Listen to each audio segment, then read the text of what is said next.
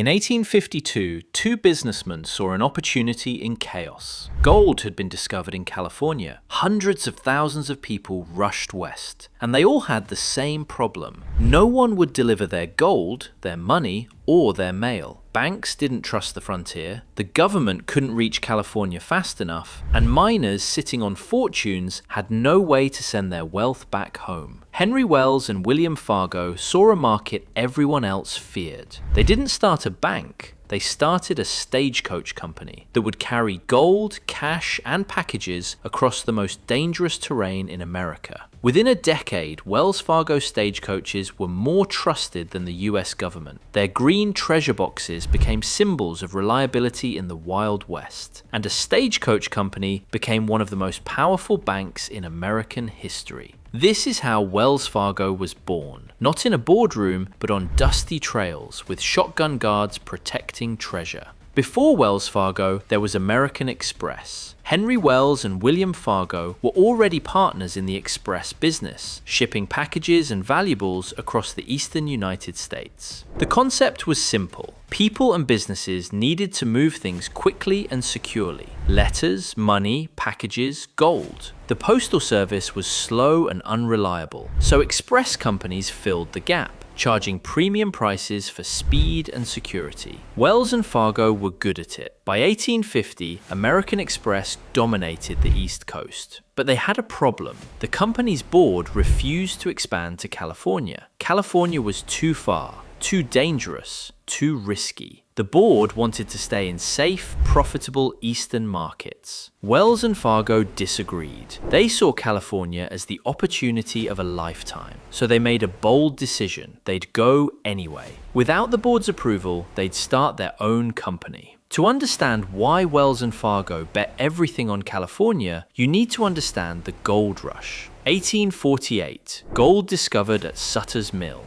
1849, over 300,000 people flooded California, the 49ers. Boom towns appeared overnight. Fortunes were made and lost in days, and everyone had the same problem. What do you do with gold once you find it? You couldn't just mail it. The postal service was unreliable, and thieves were everywhere. You couldn't trust strangers to carry it. You couldn't safely transport it yourself over thousands of miles of wilderness. Miners needed a company they could trust to move their gold. Merchants needed to receive goods from the east. Families needed to send money home. California was a financial Wild West with no infrastructure. Wells and Fargo saw the chaos and recognized opportunity. Become the most trusted delivery service in the most profitable region of America. On March 18, 1852, Wells Fargo and Company was officially founded in New York with $300,000 in capital. But the real action wasn't in New York. It was in San Francisco. They opened their first office in San Francisco in July 1852. Not a bank, an express office. They didn't take deposits or make loans. They bought gold, sold drafts, and delivered packages. Their pitch was simple. We'll get your gold to New York safely. We'll deliver packages across California faster than anyone. We guarantee it. And unlike everyone else, they meant it. Wells Fargo didn't just promise reliability, they built a system to deliver it. Here's where the stagecoach comes in. California was massive, mountainous, and mostly roadless. Moving goods and gold required a transportation network. So Wells Fargo bought stagecoaches, lots of them. The famous Concord stagecoaches, built in New Hampshire, shipped to California, painted green and red with Wells Fargo and Company emblazoned on the side. These weren't passenger vehicles, they were armored treasure transports. Wells Fargo established routes connecting San Francisco to mining towns throughout California and eventually across the West. Sacramento, Stockton, Marysville, Virginia City. Every major mining town had a Wells Fargo Fargo office. The stagecoaches ran on brutal schedules. Drivers worked 18-hour shifts. Horses were changed every 10 to 15 miles. Guards rode shotgun, literally. They carried shotguns and rifles to defend against bandits. And bandits were everywhere. Stagecoach robbery became the most common crime in the West. But Wells Fargo's reputation for security and their policy of always pursuing robbers made their coaches less attractive targets than competitors. The iconic Wells Fargo treasure box, a green iron strongbox bolted to the stagecoach floor. It became a symbol of security across the West. Inside, gold dust, gold bars, cash, and valuable documents. Outside, armed guards willing to die protecting it. And they did. Numerous guards were killed defending Wells Fargo shipments. But the company's policy was absolute. Protect the cargo, pursue the thieves, recover the money. Wells Fargo spent thousands hiring detectives to track down stagecoach robbers. They offered rewards that often exceeded the value stolen. The message was clear: rob Wells Fargo and you will be caught. It worked. While other express companies suffered constant losses, Wells Fargo maintained an enviable security record, and trust became their most valuable asset. Wells Fargo didn't plan to become a bank. They were an express and delivery company. But in the 1850s California, the lines blurred quickly. Miners brought gold dust to Wells Fargo offices to ship east. Wells Fargo weighed it, valued it, and issued a receipt. That receipt could be redeemed in New York or San Francisco.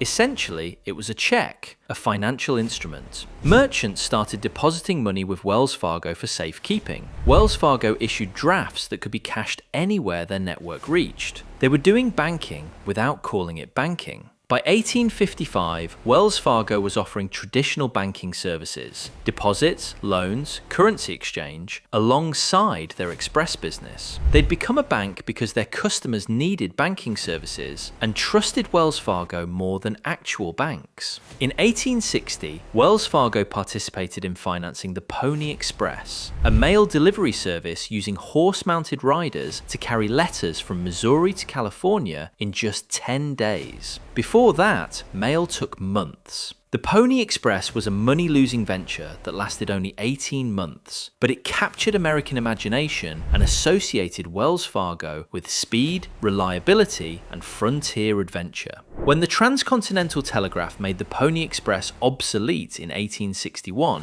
Wells Fargo absorbed its assets and expanded their stagecoach network even further. By 1866, Wells Fargo consolidated or bought out most competitors. They merged with Overland Mail Company, creating a stagecoach monopoly across the West. At their peak, Wells Fargo operated over 3,000 miles of stagecoach routes. They had offices in every major western town. They employed thousands of drivers, guards, and clerks. And they'd become the de facto banking system of the American West. If you lived west of the Mississippi in the 1860s to 70s, you probably banked with Wells Fargo. The completion of the Transcontinental Railroad in 1869 made stagecoaches obsolete for long-distance travel. Wells Fargo adapted by focusing on their banking operations. They'd already built trust. They'd already established offices everywhere. They'd already proven reliable. Transitioning from express company to full-service bank was natural. By 1905, Wells Fargo had separated their banking and express operations. The banking side continued growing, surviving the 1906 San Francisco earthquake, the Great Depression, and multiple mergers. Today, Wells Fargo is one of the largest banks in America, with $1.9 trillion in assets. But it started with two men, some stagecoaches, and a willingness to operate where others feared to go.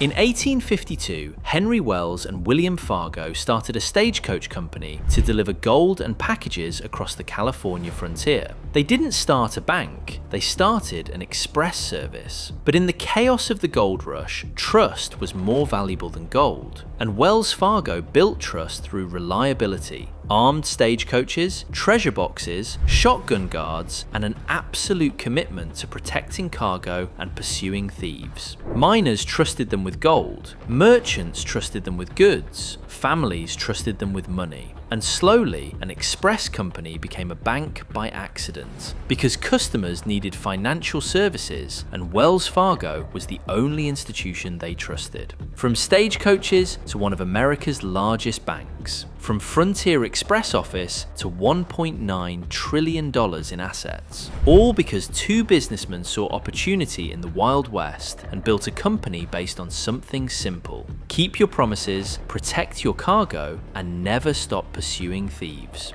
The green treasure box became a symbol of security, the Stagecoach became an icon, and Wells Fargo proved that in the frontier, reliability was the ultimate currency. That's how a Stagecoach company became a banking empire, one delivery at a time.